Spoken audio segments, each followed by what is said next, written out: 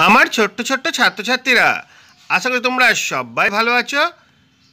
দ্বিতীয় পর্যায়ক্রমিক মূল্যায়ন 2023 তারই প্রস্তুতি পর্বে আজ আমরা নিয়ে এসেছি চতুর্থ শ্রেণী বাংলা পাতাবাহার বই থেকে লীলা মজুমদারের লেখা আলো নাটকের প্রশ্ন উত্তর।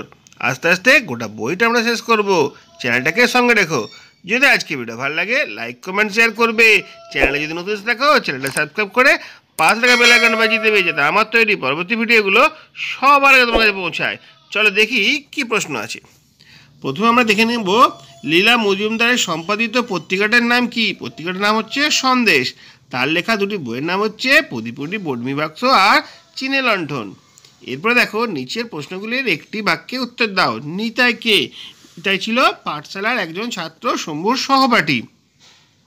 2 নম্বর প্রশ্নটা, সারা রাত বনের মধ্যে কেমন শব্দ হয়? সারা রাত বনের মধ্যে খসখস ফসফস মটমস ফোঁস ফোঁস শব্দ হয়, আর বাতাসে শোঁ শোঁ বয়। তারপরে শম্ভুর দাদু বন থেকে কি কি খুঁজে আনে? শম্ভুর দাদু বন থেকে গাছপালা, ওষুধ, আটা, মধু খুঁজে আনে। তারপরে কারা শম্ভুকে ভয় দেখিয়েছিল? হুতুম, লক্ষ্মী পেঁচা, গাছ, বনবিড়াল, মনসার ঝোম, বাদুড় শম্ভুকে ভয় দেখিয়েছিল। শম্ভুর দাদুর জন্য কি আনতে গিয়েছিল? দেখো উত্তরটা এমন হবে, শম্ভু দাদুর জন্য হাড় ভাঙা পাতা আর লাল মধু আনতে গিয়েছিল। দাদুর পায়ের ব্যথা কোন ওষুধে সারবে? দাদুর পায়ের ব্যথা হাড় ভাঙা পাতা বেটে লাল মধুর সঙ্গে মিশিয়ে দিলে তবে সেরে যাবে। শম্ভু শেষ পর্যন্ত মন থেকে কি দূর করতে পেরেছিল? শম্ভু শেষ পর্যন্ত মন থেকে ভয় দূর করতে পেরেছিল। 8 প্রশ্নটা কি আছে? এই নাটকে মোট কটি চরিত্র দেখতে পাওয়া যায়? এই নাটকে মোট 5টি চরিত্র দেখতে পাওয়া যায়। এরপরে দেখো শূন্যস্থান পূরণ রয়েছে, এক এক করে আমরা সেগুলো বুঝে নেব। 3টে করে অপশান রয়েছে, যেটা সত্যি সেটা এখানে লিখতে হবে। দেখো শম্ভুর বয়স কত? শম্ভুর বয়স 12 বছর। আচ্ছা, পাহাড়ের মধ্যে, বনের মধ্যে না মাঠের মধ্যে? ধারে শম্ভুর দাদুর ঘর। শম্ভুর দাদুর ঘরটা কোথায়? বনের ধারে। দিনের বেলা পাঠশালার সবচেয়ে দুরন্ত ছেলে কে? শম্ভু, নিতাই, গুডু না শম্ভু? দেখো উত্তর হবে শম্ভু। হাড় ভাঙা পাতার গাছ পাহাড়ের মাথায়। কোন পাহাড়ের মাথায়? শুশনি পাহাড়ের মাথায়। ঠিক আছে। শম্ভুকে বাইরে যেতে বারণ করেছিল কে? শম্ভুকে বাইরে যেতে বারণ করেছিল কাক, গরু না বেড়াল? অবশ্যই বেড়াল। এরপর দেখো কস্তম্ভের সঙ্গে খস্তম্ভ একটা মিল আছে, মিলটা এখানে করা আছে, আমি তোমাদের বলে দিচ্ছি। পাঠশালার সঙ্গে যুক্ত হচ্ছে গুরুমশাই, বন হচ্ছে গাছপালা, হাঁড়ি তার সঙ্গে যুক্ত হচ্ছে ভাত, অন্ধকারের সঙ্গে যুক্ত হচ্ছে ভয়, আর মনসার ঝোপের সঙ্গে যুক্ত হচ্ছে কাঁটা। ঠিক আছে, ডান দিকের সঙ্গে বাঁ দিক মিলটা এরকমভাবে হয়ে গেল। 6 প্রশ্ন দেখে নি কি আছে। 6 প্রশ্নটা হচ্ছে পাশে শব্দঝুড়ি থেকে শব্দ নিয়ে বাক্যটি সম্পূর্ণ করো। ঠিক আছে। পাতার ফাঁক দিয়ে বাতাস বয়। কেমন বাতাস বয়? শোঁ শোঁ বাতাস বয়।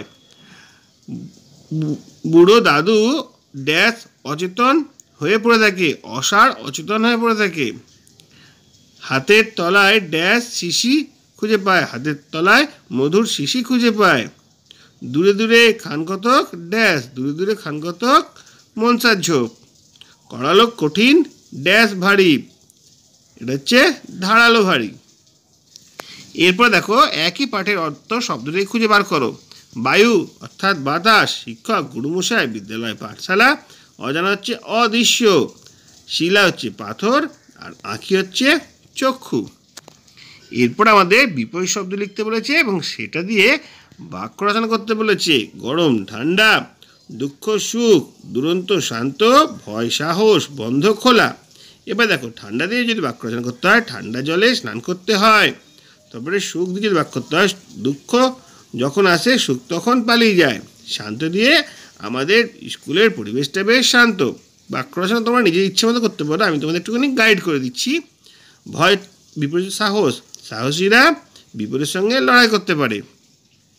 বন্ধ হচ্ছে খোলা, আমাদের বিদ্যালয়টা বেশ খোলামেলা।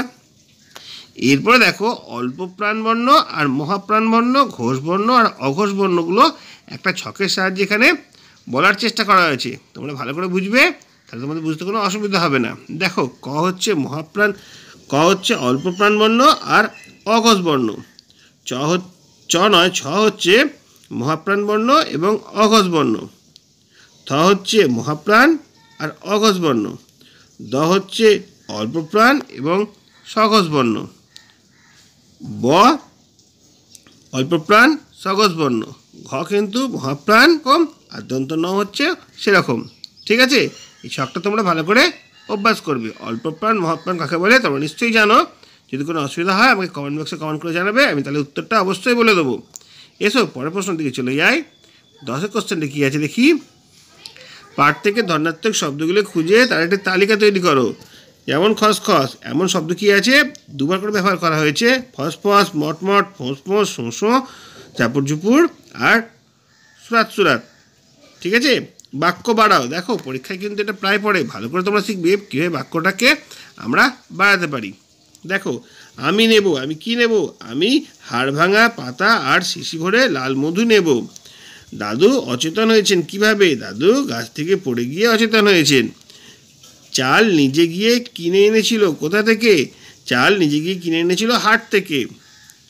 নাকে গন্ধ আসছে, কেমন গন্ধ? নাকে সোদা গন্ধ আসছে।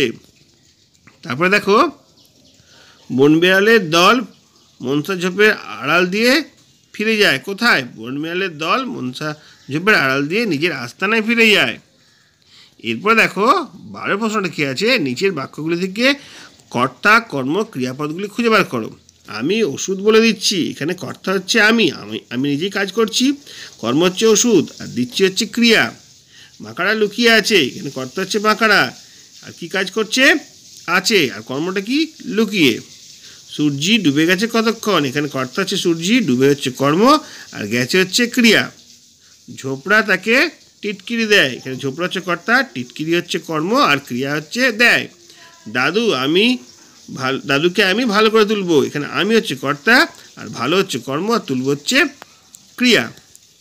এরপরে দেখো দুটো ছবি আছে, ছবির মধ্যে কোনটা মিল আছে কোনটা অমিল আছে আমাদের খুঁজে বার করতে হবে। খুব ভালো করে লক্ষ্য করলে দেখা যাবে, দেখো এখানে মৌচাক আছে, এখানেও মৌচাক আছে, কিন্তু এখানে মৌচাক থেকে মধু গড়িয়ে পড়ছে, এখানে কিন্তু মধু গড়িয়ে পড়ছে না, এখানে একটা অমিল আছে। এই ছেলেটার মাথায় টুপি আছে, এখানে টুপি নেই, তাহলে এটা একটা অমিল। দেখো হাতে লণ্ঠনটা পরিবর্তন হয়ে গেছে, এখানে হাঁটুটা বোঝা যাচ্ছিলো, এখানে হাতটা বোঝা যাচ্ছে না। ঠিক আছে, এখানে হাতটা ভাঁজ করা ছিল, এখানে হাতটা সোজা আছে। দেখো এখানে হাতে একটা বোতল না শিশির মতো ছিল, এখানে কিন্তু লণ্ঠন চলে এসছে। দেখো এখানে একটা পাখি ছিল, এখানে একটা পাখি নেই, কিন্তু অনেকগুলো অমিল এখান থেকে আমরা খুঁজে বার করতে পারলাম। এরকমভাবে তোমাদের এই পড়াটা শেষ হলো। আশা করি আজকের পড়াটা তোমাদের অনেক কাজে লাগবে। যদি ভালো লাগে লাইক কমেন্ট শেয়ার করবে। চ্যানেলে যদি নতুন এসে থাকো চ্যানেলটা সাবস্ক্রাইব করে পাশে থাকা বেল আইকনটা বাজিয়ে দেবে, যাতে আমার তৈরি পরবর্তী ভিডিওগুলো সবার আগে তোমার কাছে পৌঁছায়। তোমরা প্রত্যেকে ভালো থাকবে।